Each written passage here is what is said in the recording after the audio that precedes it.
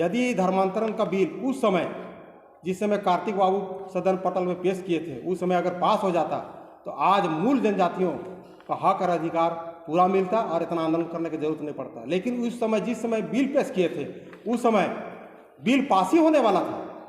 उस समय के तत्कालीन प्रधानमंत्री स्वर्गीय इंदिरा गांधी जी को कहीं विदेश से फोन आ गया और ये क्या कर रहे हैं, ये बिल को वहीं पर रहने दो, ये बहुत गलत हो रहा है, और बिल वैसा कि वैसा ही पड़ा हुआ है, आज भी बिल पास नहीं हुआ है।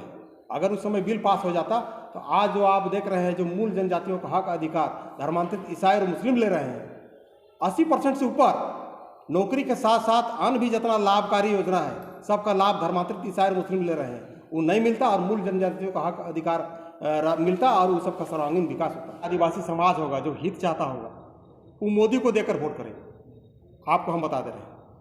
और मोदी को देकर अगर यदि वोट नहीं करते हैं तो वो अपना विनाश करते हैं। क्यों करते हैं, देखिए आपको बता दे रहे हैं। अभी मोदी आपका कौन सा काम नहीं किया, उसके पास किसी भी प्रकार का कोई जाति पाति भेदभाव नहीं रहता है। थोड़ा थोड़ा योजना, चूंकि मुखिया भी है इसीलिए हम बहुत सारा योजना को भी जानते हैं। आपका चावल दे रहा है तो सबके लिए दे रहा है, शौचालय दे रहा है तो सबके लिए दे रहा है, गैस सिलेंडर दे रहा है तो सबके लिए दे रहा है। इसमें जाति थोड़ा लिखा हुआ है, सबको समान रूप से दे रहा है। अभी 5 लाख का आयुष्मान भारत वो दे रहा है, वो सबके लिए दे रहा है। अभी PM विश्वकर्मा योजना जो है, जो बेरोजगार है उद्योग चला सकते 3 लाख का, वो भी सबके लिए दे रहा है। कोई इसमें जाति पाति नहीं है। ये हम सरहुल के शोभा यात्रा के समय में यही बात बोले हैं, ऐसा बात नहीं है कि हम आवाज़ नहीं उठाते हैं। सरहुल के समय में शोभा यात्रा में भी हम ये बात रखे हैं और रखते ही आ रहे हैं। सरना झंडा वगैरह को पार्टी में ये सब नहीं इन्वॉल्व करना चाहिए। आप सरना वाला झंडा को कांग्रेस पार्टी में यूज कीजिएगा, फला आदमी वो पार्टी को यूज करेगा, वो पार्टी को यूज करेगा, फिर धर्म कर्म हमारा रहेगा कहाँ? सबका तो विद्या विदास हो जाएगा। तो पार्टी लेवल से आप उसका समर्थन कीजिए ना, अगर पार्टी में करना है तो। धर्म कर्म को बीच में क्यों लाइएगा? डिलिस्टिंग का बिल उठाते आ रहे हैं, 5 साल भी उठाए थे, आगे इस बार तो पूरा भारत देश में। अभी आपको बता रहे हैं, हम लोग रायपुर में पूरा भारत देश के जनजाति सुरक्षा मंच के कार्यकर्ता जुटे थे और आगामी आपका 4 जून तक तो इलेक्शन है, इलेक्शन बीत जाता है तो हम लोग शुभ मुहूर्त देके, अच्छा दिन देके, कोई देश का नाम जिसमें जन्म मृत्यु हो वैसा दिन रख के नवंबर में 10 लाख की संख्या में पूरा भारत देश से 10 लाख की संख्या में दिल्ली कूच करेंगे और वहाँ पर प्रगति मैदान, वहाँ पर हम लोग धरना देंगे, वहीं पर खाएंगे, वहीं पर सोएंगे, सारा कुछ वहीं करेंगे जब तक कि हम लोग डिलिस्टिंग का बिल पास नहीं करवाएंगे या 342 में संशोधन नहीं कराएंगे। नहीं तो वहीं हम लोग रहेंगे और जरूरत पड़ेगा तो हम लोग संसद भी घेरेंगे और सदन भी नहीं चलने देंगे।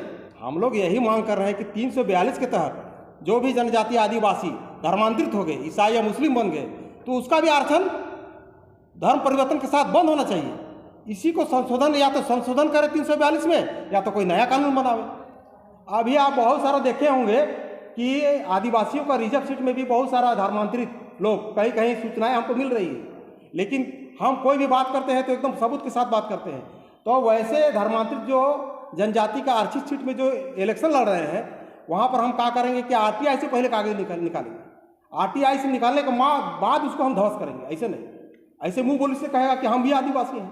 को RSS कहिए या भाजपा कहिए या कुछ भी कहिए, लेकिन चूंकि हम जान गए हैं कि हमारा आरक्षण का लाभ सीधे सीधे धर्मांतरित ईसाई और मुस्लिम ले रहे हैं, ये बात हम बोलते रहे और आपको हम बता दे रहे हैं। अब नेता सब क्यों ये बात को नहीं रख रहे हैं?